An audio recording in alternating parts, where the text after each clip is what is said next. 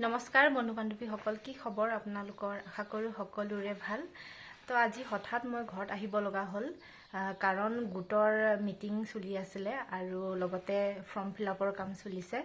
তো এতিয়া আমাৰ ফৰ্ম ফিল আপ কৰা হৈ গ'ল আৰু তো এয়া আছে আমাৰ খুৰী সিহঁতৰ ঘৰ আৰু খুৰী সিহঁতৰ গাৰ্ডেন। ইমান ধুনীয়া গাৰ্ডেন বনাইছে খুৰীজনীয়ে।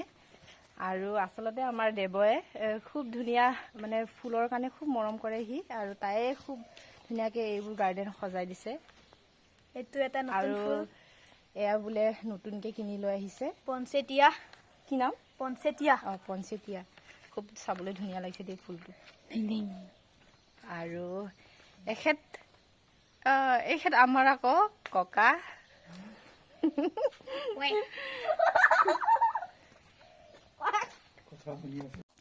আমাৰ দেৱয়ে ইমান ধুনীয়া গাৰ্ডেন বনাইছে, ইমান মৰম লগা গাৰ্ডেন।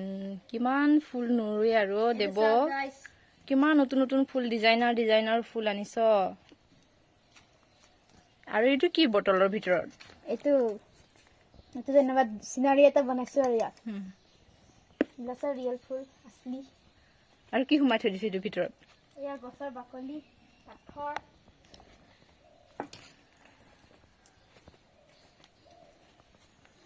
দেৱ, তোৰ গাৰ্ডেন কেইটা কিন্তু খুব ধুনীয়া দেই।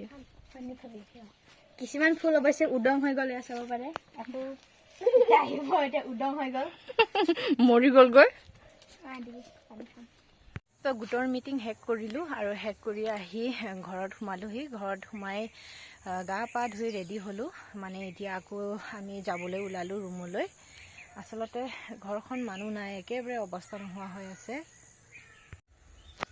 তো আহি দেখিলোঁ ঘৰখনৰ অৱস্থা মানে ইমান বেয়া হৈ আছে। ইপিনে উই মাটিয়ে উঠিলে আৰু এইদিগি গোটেই শেলাই গজিলে। আজি সপ্তাহ ধৰি ঘৰত নাই, একেবাৰে অৱস্থা নোহোৱা হৈ আছে। কেতিয়া আহোঁ মানে একেবাৰে ঠিক নাই।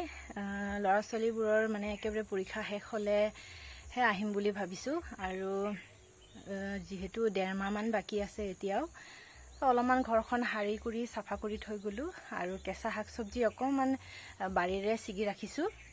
ভাবিলোঁ সেইটো যোগাৰ কৰি সোমাই কৰি লওঁ। নিজৰ ঘৰ যিমান ভঙা চিঙা হ'লেও আচলতে খুব বেয়া লাগে এৰি থৈ যাবলৈ।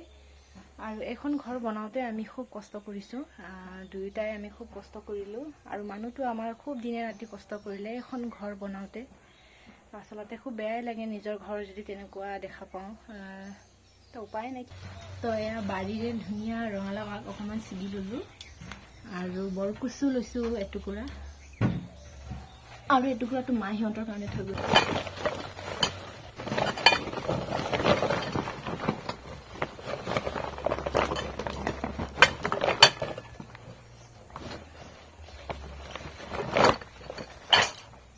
বৰ্তমান আমি এতিয়া যাবলৈ ওলালোঁ আৰু এইমাত্ৰ টেম্পো মাতি দিছোঁ।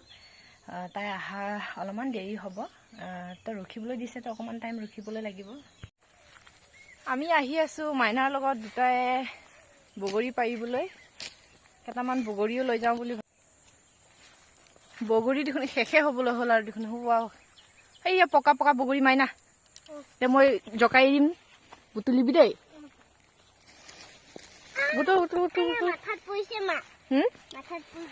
মাথাত পৰিছে।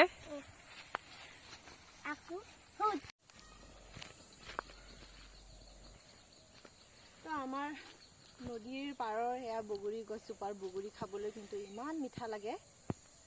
আৰু এতিয়া পাৰিবলৈ সেয়া ডাং আনিবলৈ পাহৰিলোঁ। এয়া চপৰা মাটিৰ লগতে সৰাম বুলি ভাবিছোঁ। আৰু কি আছে কি নাই মানে গোটাই কৰি লৈছোঁ নিম বুলি। টেঙাকো অকণমান লৈ যাম বুলি ভাবিছোঁ আজি।